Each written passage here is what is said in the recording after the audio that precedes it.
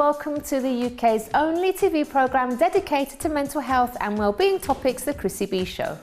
Now, often problems in your childhood can lead to all sorts of issues in later life, and some people find it really hard to ever fully recover from bad times. But today we'll show you how you can live again despite a bad past.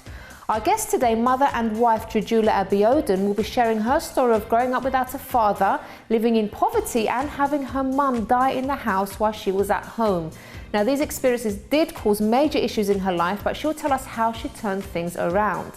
But before Dredula tells us her story, we'll be treating her to a well-deserved makeover done by our expert, Kate Ayamere. For our last makeover, we had the pleasure of meeting mother of three, Michelle Inch, who told us all about how she manages to run a very successful business with 3 young children. And you can catch that episode on our YouTube channel, Chrissy B Show.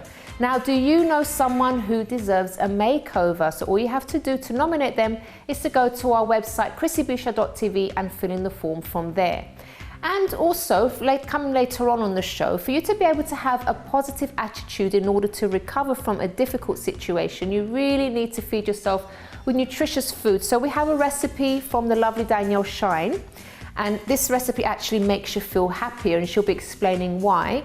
And later I'll also be sharing my own tips on how to recover from a difficult childhood.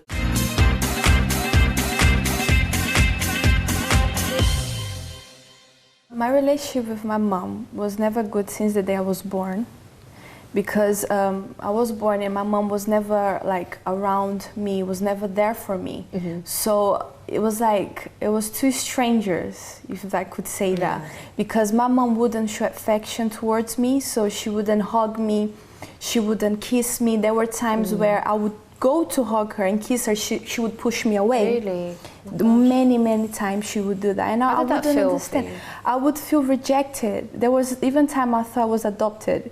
Really? Yeah, because I was like, why is she being like that? You know, I'd never done something like horrible. You know how children are, they do naughty things, but I was like, why my mom is like this? And then, you know, I would try to, you know, invest in our relationship. I would try to go to her, do something nice with her, and she would always reject everything that I would do. Like in school, you do things for your parents, so when it was Mother's Day, I would do something nice to her, and then she would just ignore it, she wouldn't be there. Do you have brothers and sisters? Yeah, I do. Was she like the same with them? Or? Not really, not really. Which made things even worse for me, because I would be like, why was she like that? Did you ever find out? She told me that she had negative thoughts against me, like she wanted to do bad things with me, and she wouldn't understand why. So she said that she would be far away from me so that she wouldn't do nothing that would hurt me. Okay. So that's why she would always push me. And like, for example, like even if I'd done small things, she would beat me up into a point where I would bleed. She even took a tooth out when she knocked your tooth out? Yeah, when she was beating me with a belt. She, you know, I used to bleed. Like she would slap me on the mouth, and I used to bleed. She wouldn't stop until she would see blood, and I could see that it wasn't her, because after, you know, she done that to me, I could see how she felt guilty about it. You know, she would even go to me and say sorry, and I would be like, okay, but why are you doing this? She couldn't control herself. Even my dad, he had to go there and stop her. It was that bad. So she was going through some serious mental health issues at the time. She was, and she was trying to seek for help. She went to many places to seek for help, but it would get worse. So I didn't have that relationship with her, and then it got worse, you know, in the way of me seeing my mother was when I suffered abuse. I was abused by this guy that used to live around, you know, near my house. And then one day I tried to tell her, you know, what I was going through, and he knew I was going to tell her. So he went in front of me and told her something else. He basically lied. And I tried to explain to her that he was lying, and she didn't believe in me. And then I was like, oh, imagine if I tell her that he abused me. She's not gonna believe me. She's gonna beat me up. She's not, you know, she's not gonna listen to me. So everything I was going through, I would close. The thing with me, I felt lonely, because this in my head is like this: parents, especially mothers, they are there to pass you, you know, security, to be there to protect you, and I didn't have that. So I felt like I was by myself.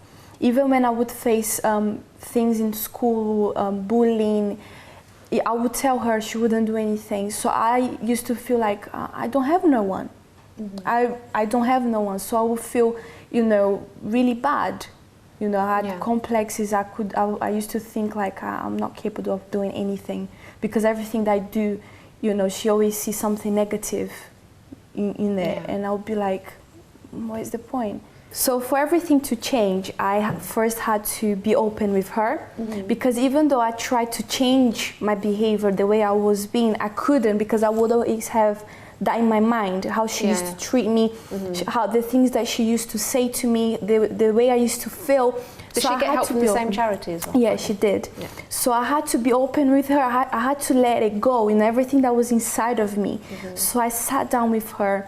I told her everything. I told her the way I used to feel, you know, the way I used to think. She done the same thing. So I had to, you know, put everything out. And through that, we kind of like, we sat down and we sorted things out.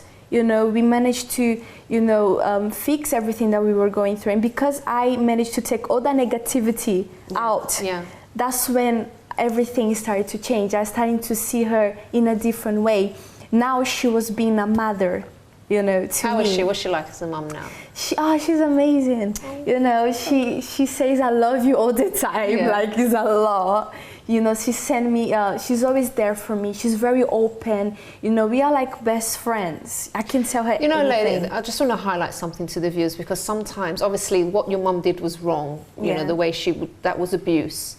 But having said that, I mean, she was going through issues, mental health issues. She had her own things that she was going through, which she was looking for help. And thank goodness she did find the right help. But sometimes kids think, oh, my mum doesn't love me, or my dad doesn't love me, when it's not the case. It's just because they're going through something that they need to get help for. And, you know, you kind of live your whole life feeling rejected because of the kind of behavior the kind of treatment that you had at home. But just think sometimes, you know, maybe mum or dad, they're going through something that, you know, they need help with. And that's something that you could even encourage them to get help with, because sometimes you can easily hate, you can easily turn against them, but, you know, it's something deeper. And this is what I had to understand, you know, because when we sat down and we spoke, that's when I saw that it wasn't really her. She was going through something. She was going through hard time. And that's when I had to say, okay, it wasn't all her fault. You know, and I was like, okay, let's try this now. Let's do things in a different way, because what happened in the past we cannot change. You know, so let's just look forward and change the future, isn't it? Change how things are going to be.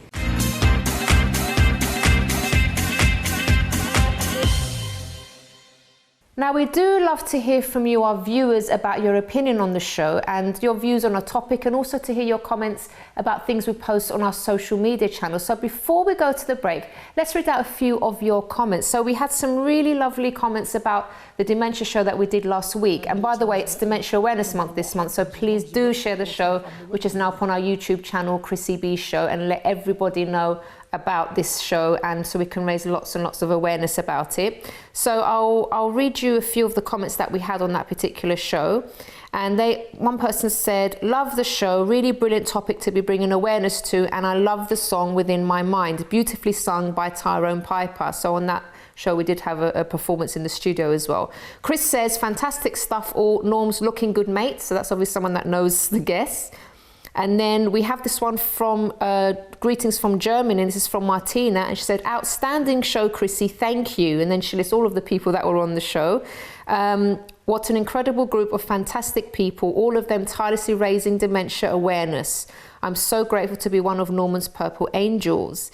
And then someone else says, hi Chrissy, love the show, love the song Tyrone sings. So did I. And I also have a cute comment on a video that we posted where I did the ropes course at New Forest Activities, and someone said, well done Chrissy, my hero, which was really cute. And we also posted a question on our Instagram, Chrissy B Show, asking people what they thought about the new reports of suggestions for assisted suicide for those with mental health issues. And Nikki Thomas said she has mixed views. If people are in a position where they can't see a way out, then I would rather they felt at the end they had someone to help them rather than jumping in front of a train. But surely the issue here is that they need help with their illness and to know that there are other ways to battle depression than suicide.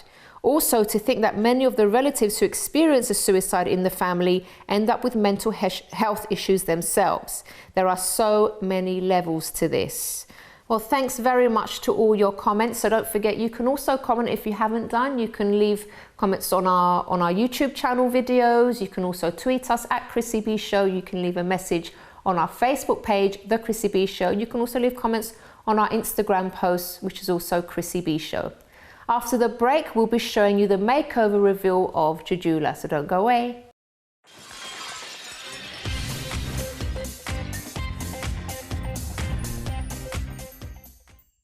Hi, I'm Chrissy B and my show is all about improving your mental health and being happy. Join me every Monday, Wednesday and Friday at 10 p.m. on my channel Sky 203. Visit chrissybshow.tv for more information and subscribe to our YouTube channel, Chrissy B Show. You can also follow us on Twitter and Instagram at Chrissy B Show and on our Facebook page, The Chrissy B Show.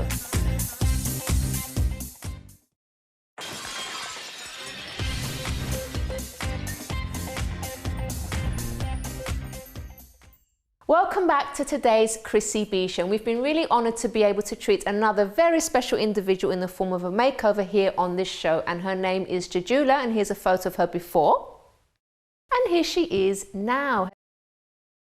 Hello, Dredula. Hello. How are you? Fine, thanks. You look gorgeous, I have to say. So, first time you've ever had a makeover, isn't it? Makeup done. Yep. By our lovely Kate. Hello, Kate. Welcome back to the show. You've done a great job as usual. Thank you. So what's it like getting pampered, first of all? Absolutely. I fell asleep. Did you? Yeah. So it's not just me, Kate, that falls asleep, you see. So what would you say your normal routine is for makeup? A little bit of eyeliner. I think some mascara, but that's about it really. A bit of blush if I'm going out, a bit of blush. And how long does it normally take you to do? 5 minutes. Really? Yeah. Okay, so this was really different for you. Yeah, very different, very different. Okay, so let's find out, Kate, why did you go for these particular colours and this particular look? I think because I go for something to suit her skin tone because she's African American skin tone, she's dark. So like purple, greens with browns, those are the kind of color that will complement their skin. So that's why I went for like kind of grayish purple. So yeah, just to highlight her eyes, to bring out her eyes features. Okay, and what kind of products do you think are good for her? Because the product that I really use is the eyelash, just to bring out her eyebrow out, because you really have like really thin eyebrow. So that's where I really work the most, just to bring out, because eyebrow bring out the shape of your eye properly. Okay. And I use MAC concealer palette to conceal under the eye or any dark circles and anything like that. Just pigmentation on the eye. I use it to cover it up, and I also use the concealer to do a bit of highlight, just to cover up more. Okay. And now you love spraying this in people's faces, don't you? This is something that I really like that she uses before. It's a primer, isn't it? Yeah, like it's called primer water. What it does, it kind of give you that kind of glowy look. It moisturizes your skin, and it's a primer. It's like 2-in-1. It's like a moisturizer and a primer in one spray. So that will give you like cover the base, and it's really nice. It makes the makeup really look smooth and flawless. Do you still need to use moisturizer though before you use that? If I'm using this, I don't use moisturizer. But if the skin is really dry, that's when I use moisturizer. Okay. So yeah, because moisturizer is a bit thicker than this. Yeah, so yeah, I love this. Okay, I know she does. How many squirts did you get? About 4. Me too. Okay, thank you so much again for doing this for us, and we'll see you again next time. All right. Now, Julia, you're going to stay with me because we will be hearing your amazing story. Now, you're here all smiles, but you went through a really hard time in your childhood. I did. And we are going to delve into it because something really shocking happened as well in your own house. So let's go to her story.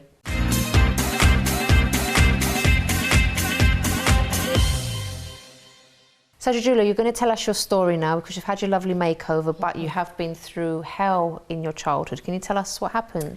Yes, well, I need to go back a good couple of years, but it's definitely something that I can remember. Mm-hmm.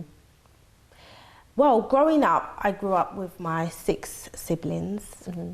in the heart of Hackney. Both, my mother had 2 different fathers.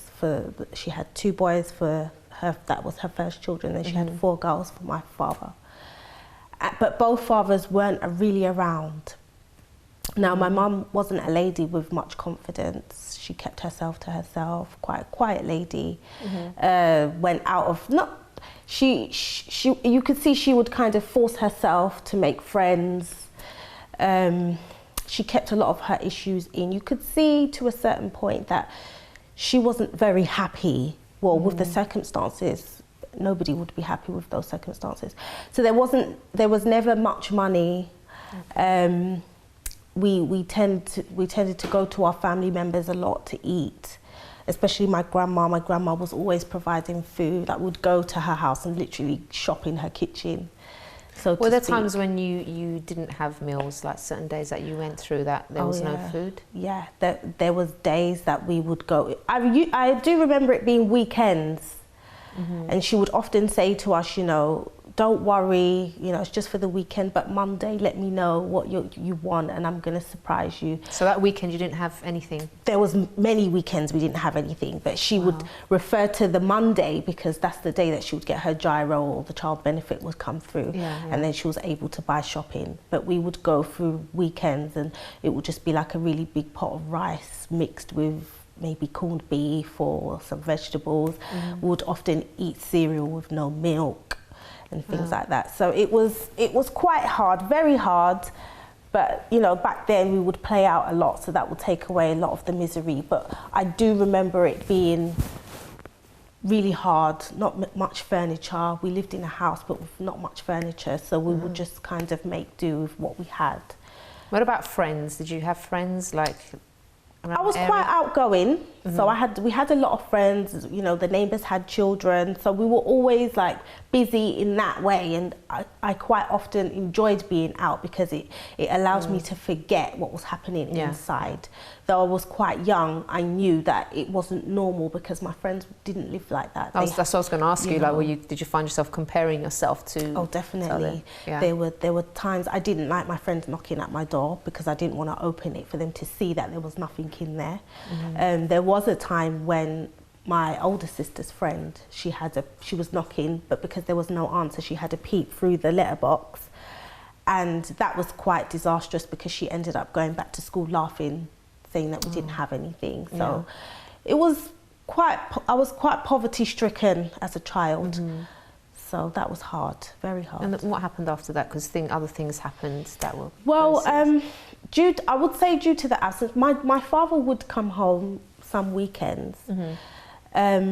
She was a mistress. He was married.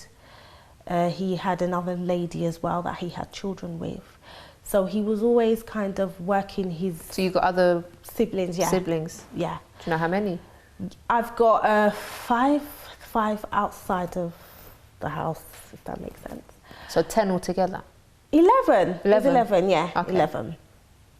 So he would kind of, I don't know if I could use the word rota his way around his family, yeah. So it'd be a week here, a weekend there, and a weekend here. So my mum would have to kind of rely on him to come with money or whatever, and then she would get something at that time. And you could see that she just wasn't happy. And that kind of formed me because I felt like I was like living a life of like that, full of bad luck. So that really had a big effect on me. And all I wanted to do was get older so that I could provide for her. That was like a #1 aim, a goal that I had. I just said, no, okay, this is for the time being, but I'm going to get older and I'm going to provide for her. Do you remember how old you were when you were thinking like this?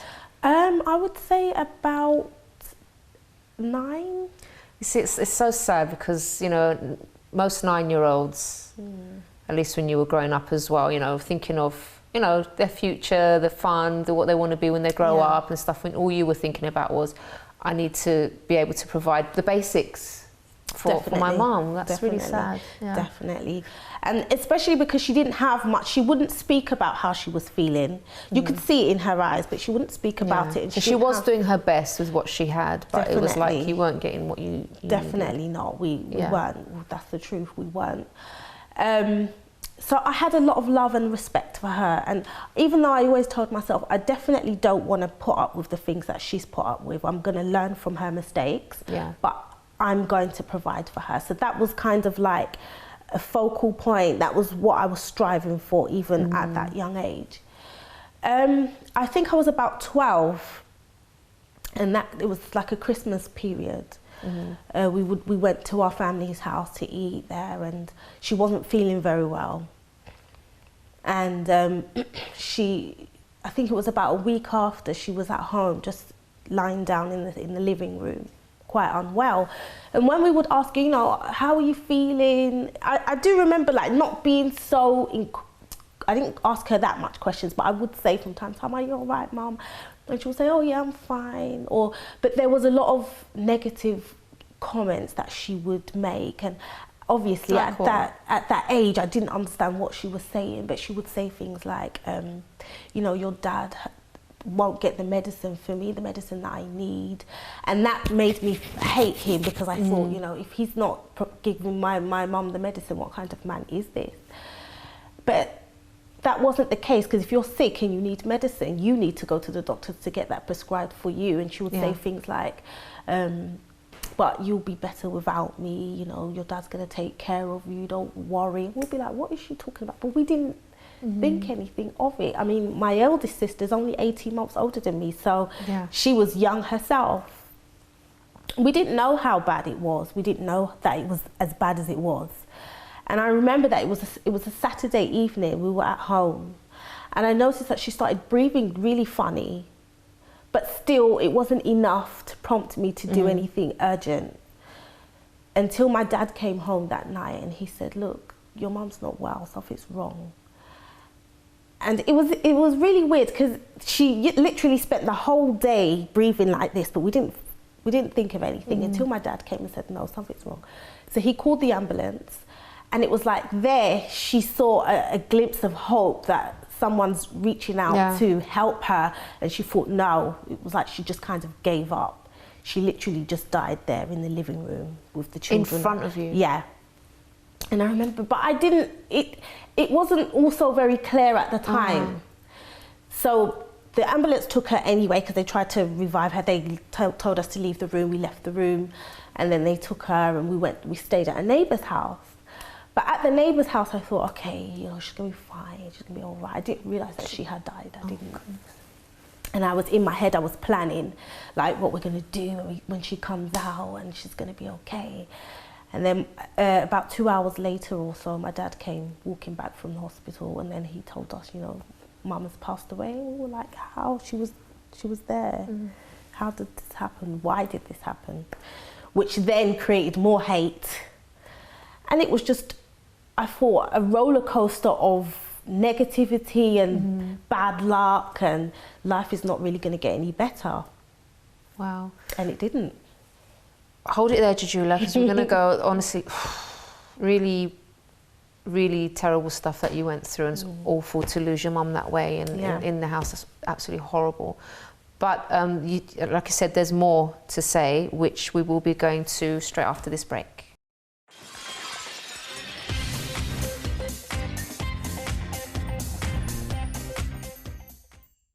Hi, I'm Chrissy B, and my show is all about improving your mental health and being happy. Join me every Monday, Wednesday and Friday at 10 p.m. on my channel Sky 203. Visit chrissybshow.tv for more information, and subscribe to our YouTube channel Chrissy B Show.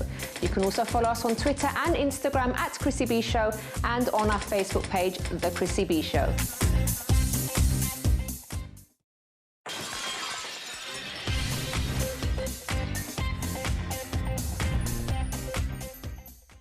Welcome back to today's program. So before the break, we did hear the first part of Dredula's story.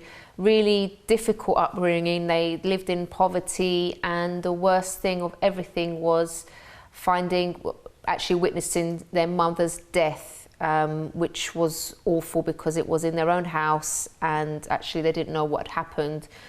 And then they had to deal with all the emotions that came with that as well. So thanks, Dredula, for sharing your story so far. So what happened after that? Well, after that, we went to live with my dad, whom I had now hated completely because I just blamed him for all the mess, which was horrible because he didn't know. Remember, he's coming from being quite free and hopping around when it pleased him to now being dedicated to growing up four young ladies that he knew nothing about. So that was quite hard. I just became rebellious. I didn't want to hear anything that he had to say, and I was. Did he know why you felt like that way towards him? I know that he probably thought I had attitude, and I just thought he probably boiled it down to teenage. We never had any conversation about it at all. There was two occasions that we actually had a physical fight. Really? By this time, I was probably about 14. Yeah, what did 14. You do? He was starting to get quite like annoyed with me because it was just like bad reports at school, exclusion, and then he was starting to threaten to send me back to his family back home. And I thought, well, I'm not having that. And then he would just lash out and hit me, and I wasn't having that, so I'd hit him back and we would have a proper brawl. I can laugh about it now, but it was an absolute nightmare. And after that went on for about two years. Yeah, 2 years. By that time, I had just turned 15. It was a weekend again. He went away. You didn't really have a childhood, did you then? Not really, no. I spent a lot of time trying to look after my sisters because the youngest one was like 5 years younger than me, so she was still very young. Again, it was a weekend. He had left, gone to a friend's house. Again, just left you guys there? Well, he said he'll be back. He'll be back tomorrow. It was supposed to be an overnight thing. He left and he said he'll be back. Again, there was no food in the house, so we were unsure as to what was happening or what we're going to eat. Where is he? Why hasn't he called? Why hasn't he, returned?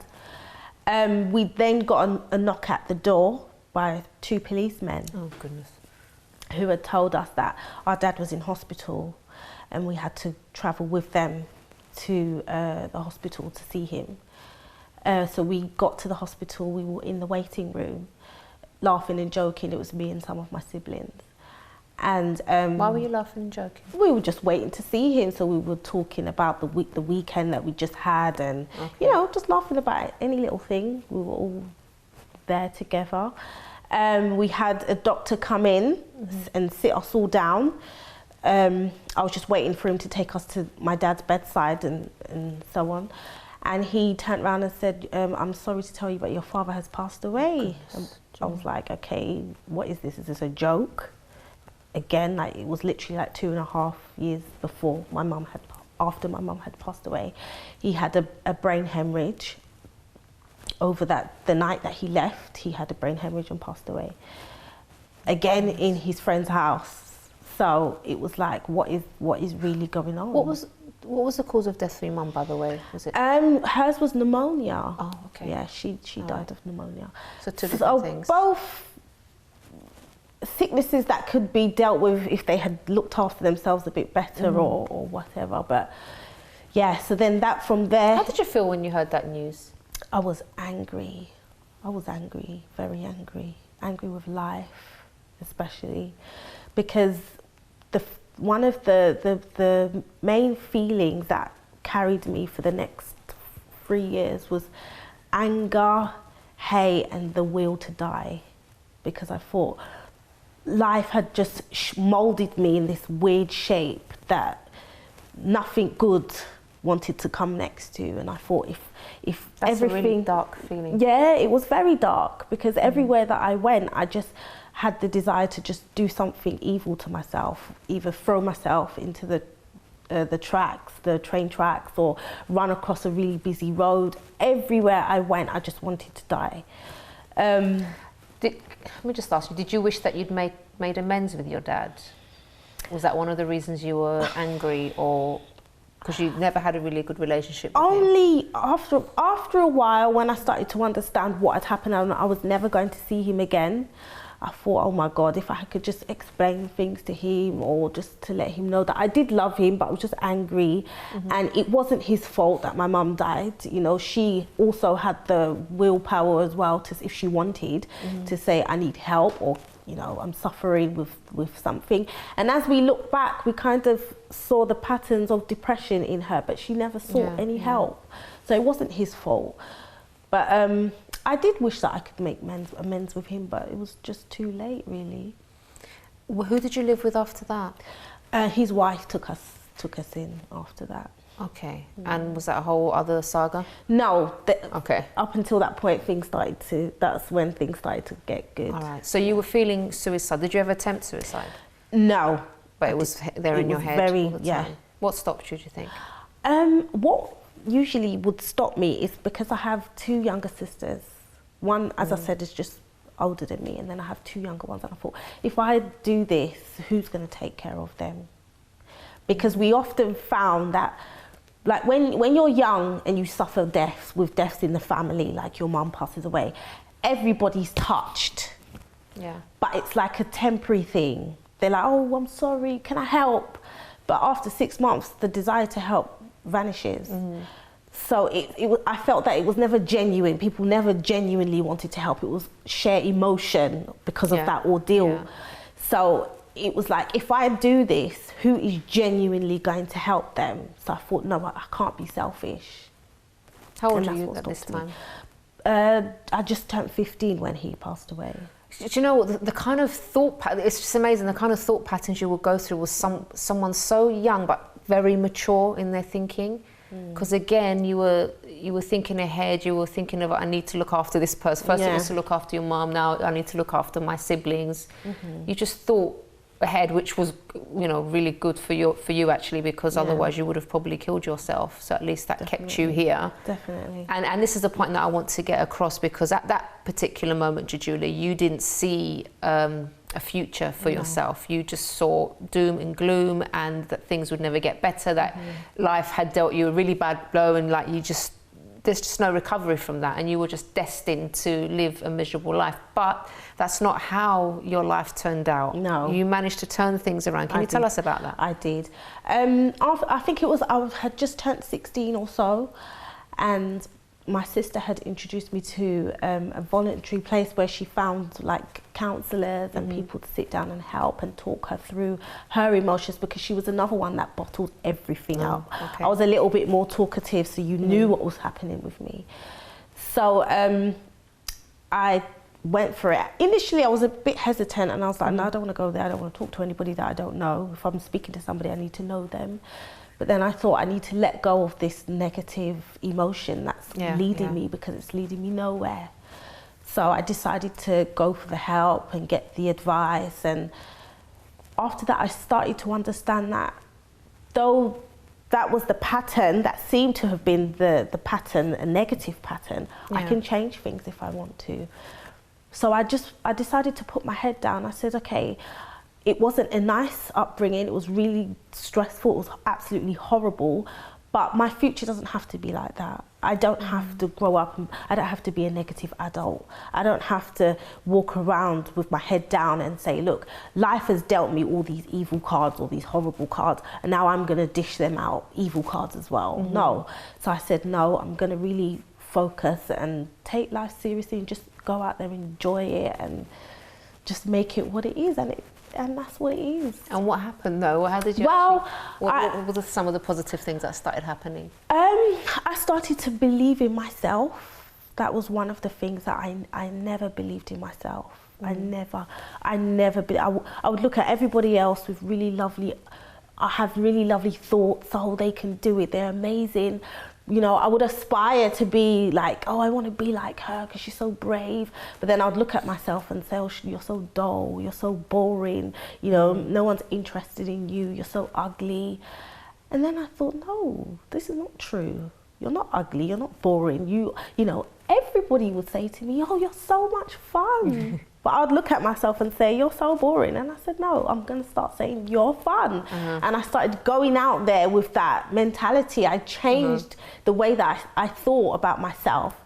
And that really contributed to so much change. It's all about how you perceive yourself.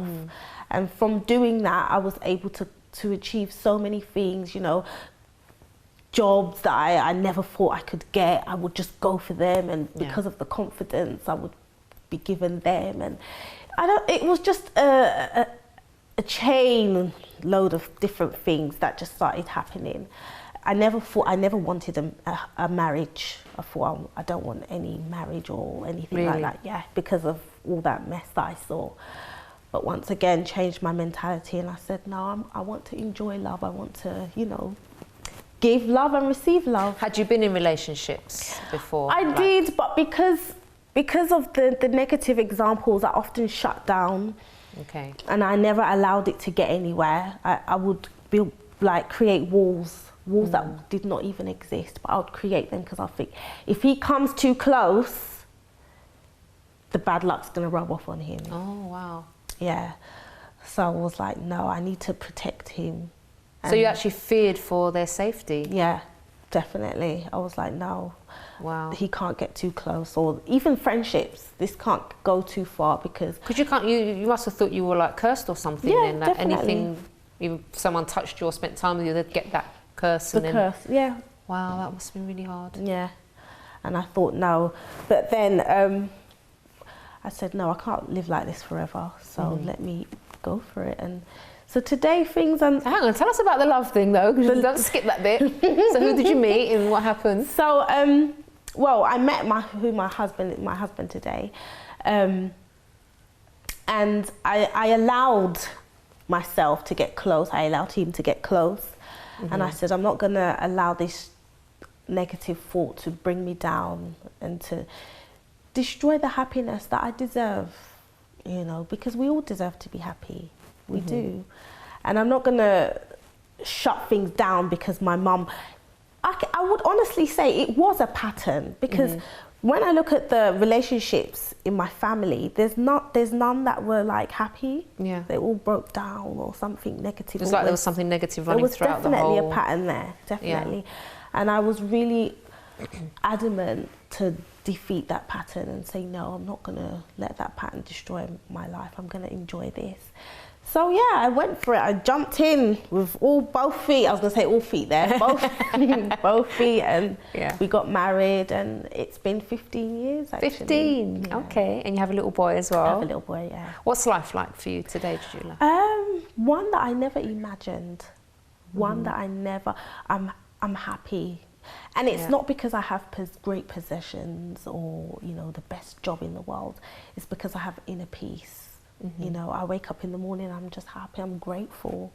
I look at my son and I enjoy spending time with him. I do things with him, things that I didn't have time to do with my parents. You know, quality time, even if it's homework or watching a movie, I didn't have that.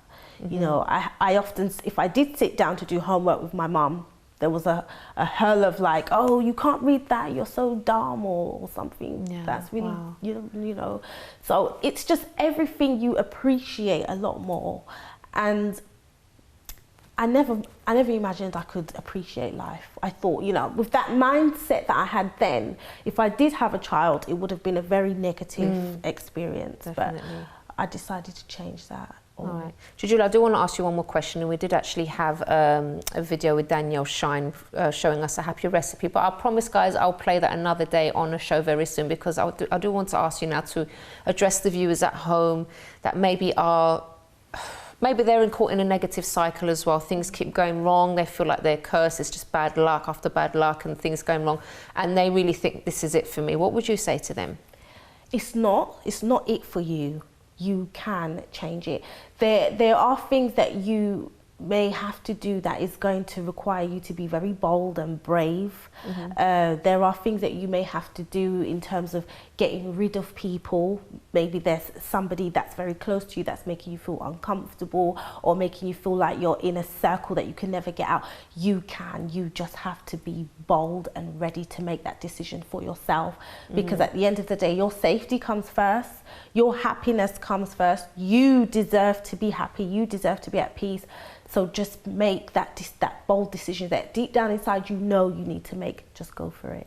Dredula, thank you so much for your story. Oh, I'm sure that has helped a lot of people, because unfortunately, you know, and even now listening to the news recently where they were saying about assisted suicide. I read a comment earlier about assisted suicide for people going through mental health issues, and there was a guy, I can't remember who he was, I just happened to catch the news, arguing that, you know, people should be allowed to decide whether they want to commit suicide or not, because, you know, if they're feeling depressed and stuff, why not? It should be their decision. But it's like it's a temporary state. That's how I see depression and problems in life. It's temporary, and the way you feel today might not be the way that you'll feel tomorrow. And if you do take those positive steps and ask for help and see the right people, you can fully recover. And I'm not one to I don't believe in learning to live with a problem or manage a situation. Obviously, it's a personal choice. If you want to just manage a condition, that's up to you. But I also believe that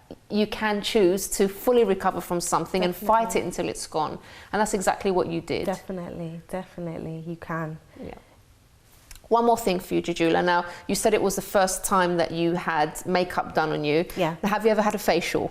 No, never. Never, ever, ever? Never. Well, it's time to change that, because I do have a voucher for you. And you've been a great sport today, and you've really you've helped the viewers a lot. So I wanted to give you this voucher for a 1 hour facial, courtesy of Thai Square Spa and the Chrissy B Show. So enjoy it, relax. I know you're a busy mum, doing lots and lots to help other people now. But I will find time for this, I'm sure. Right. Thank you so much, my Thank you. Thank you. All right, guys, so don't go away, because after the break, I'll be giving my own top tips on how to recover from a difficult childhood.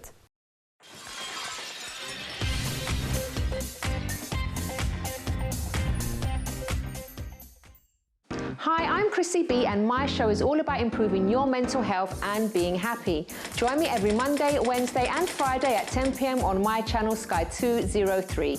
Visit chrissybshow.tv for more information and subscribe to our YouTube channel, Chrissy B Show. You can also follow us on Twitter and Instagram at Chrissy B Show, and on our Facebook page, The Chrissy B Show.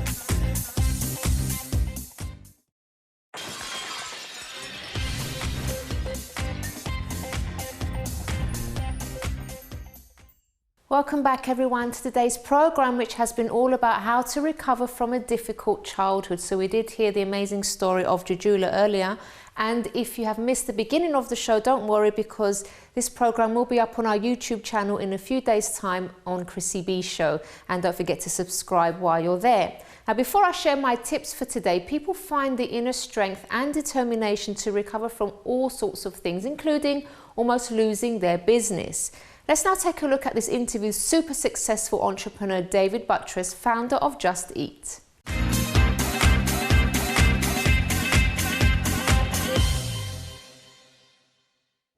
I'm now here with David Buttress, who's the CEO of Just Eat. And David, a really nice talk that you gave inside there. But can you tell us a bit about the humble beginnings? Because I heard it inside, but just for the benefit of the viewers. Yeah, so Just Eat actually, myself and the partner Jesper Boo, we actually started the business from a basement. So we were bootstrapped, we had no money, so we were working long hours with very little cash. So for us, it was there was no easy ride. It was long hours and hard work. Now there was actually a point where you were thinking of not even going ahead with this. Can you tell us what changed your mind? Yeah, I think the one thing that changed our mind was growth. So what happened was, in the first month, we actually only turned over £27.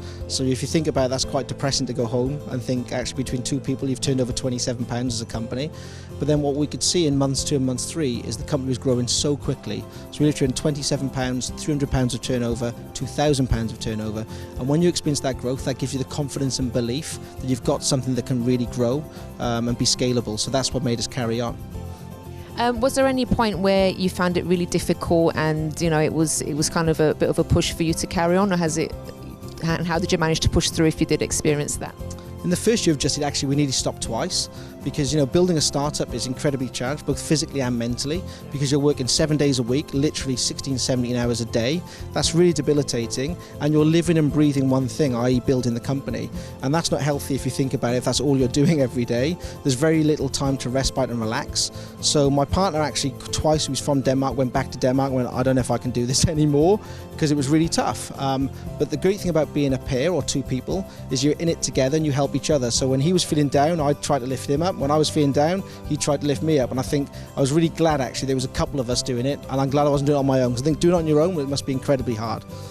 And what about the future plans? Because I know you're not stopping here. No, our future plans are to, we want to build one of the global leading companies here in London, in the UK. We're incredibly proud to be a British company, trying to penetrate and build a global business. We think we've got a huge opportunity. We operate right now in 15 countries outside of the UK. So we think over the next 2 to 3 years we can build one of the UK's and Europe's biggest e-commerce successes. Just one last question as well, because I know people are becoming more and more health conscious, and takeaways aren't very notorious for being healthy, but there is a flip side to that, isn't there? Because there are more and more restaurants now becoming healthier. Well, that's the great thing about Just Eat. I think we are just a reflection of what consumers are buying. So the fastest growing cuisines and the fastest growing choices by consumers on Just Eat right now today are healthy choices. And that's salads and sushi and dishes like that. So one of the things we'd love to be as a brand the next 4 or 5 years is a force for good around that healthy choices consumers are making. Because one of the things we're doing is talking to restaurants and saying, hey, listen, we can see more and more consumers are choosing this. So please let's get it on your menu, because we can see if you do, you'll grow even quicker. Thank you so much. Pleasure speaking to you. Thank you.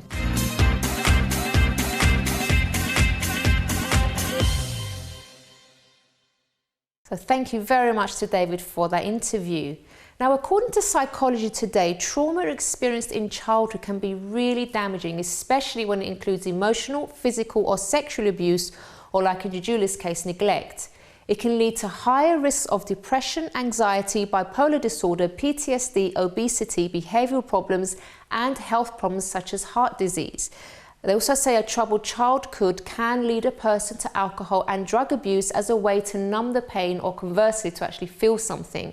Now, studies estimate that up to 2/3 of patients in substance use treatment have childhood histories of sexual, emotional or physical abuse.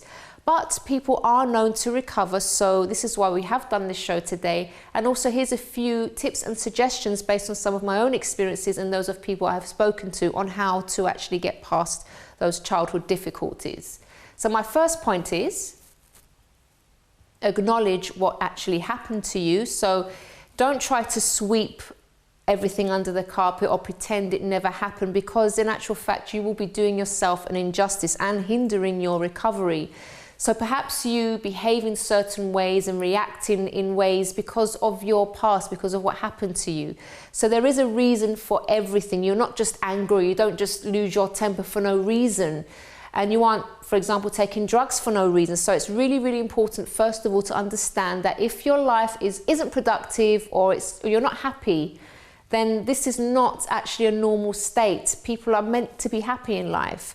So it might have become kind of normal for you because that's all you've known, or that's all you've been used to for a very long time. But if you open your mind to the possibility that there is more to life than your reality, then that's also a step in the right direction. Because when you acknowledge your past, it's not that you're embracing what happened to you, but you are facing it and telling it that you will not allow it to influence you negatively anymore. My second point is to watch out. So going back to the first point, now that you've kind of realized maybe that you react in certain ways because of what happened to you, say maybe you lose your temper when someone says something. So now that you understand why you do these things, or maybe that you're extremely sensitive when something is brought up, then you need to be alert for that and decide that you are going to react differently from now on. So though your emotions are screaming something else and screaming at you to behave in the way that you normally do, you are stronger than that. So force your mind to take control of the situation and not give in to those emotions. And when you start to change your behavior, and of course you will probably slip up every now and then, but if you keep at it and be persistent, it does become a new habit. My third point is use the past to your advantage. So this is something else that I've spoken about recently, actually, where human beings, all of us have a choice on how to use the past. And obviously we can't forget what happened to us in the past, good or bad, usually. And we all have an ability to decide whether we use the past to our advantage or if we use it to bring us down. So as I've mentioned, in terms of relationships, if you saw your parents arguing and then you said to yourself, I'm never going to be with someone, you can react that way, and then all your relationships will probably end up bad as well. Or you can say, I'm going to be completely different in my own relationship. So you need to decide what you want to do with your past. So use the past to fuel you to succeed and do better rather than the opposite. And my fourth point is, get the support that you need. So do talk to others who have overcome their past and are living life to the full. And you won't feel so isolated, and it would actually show you that, yes, there are people that have been through what you've been through or something very similar, and if they manage to do it, then you have the strength to do it as well. It gives you that extra push. And you don't have to do any of these things alone. When we talk about childhood trauma and things that happened, it can be quite complex sometimes and very scary to deal with on your own. So it is important to get that support from professionals if you need to. And you'll see that when you start doing something and working towards all those issues, the quicker you'll be able to recover and actually enjoy your life. Well, we have reached the end of today's program, everyone, so I do hope that it's been helpful for you. And if you have a story that you would like to share on this program, don't forget you can get in touch via our website, chrissybshow.tv. You can also tweet us at Chrissy B Show or leave a message on our Facebook page, The Chrissy B Show. And if you know someone that deserves a makeover, they'd like to be pampered on this program, maybe they don't take enough care of themselves because of time or any other reason, you can nominate them, and you can also put yourself forward. That's perfectly fine. And if you want to know more about me and the mental health issues that I used to have but overcame, you can visit my personal website, mylifeafterdepression.com. Bye for now. I had an absolutely fantastic time on Chrissy B Show today, and I really hope that my story was able to help somebody. Oh, and by the way, how can I forget? I won a facial, so I'm really excited about that. Intense story to tell the viewers. Oh, shut up, start again, sorry. 3, 2, 1. Oh, am I going to do this now? The break will be seeing Dredula's reveal, makeover reveal. Let me do that again. And now let's take a look at her. Now let me start again. I had an absolutely great time on the show today, and I'm really, oh, I don't know what the word is.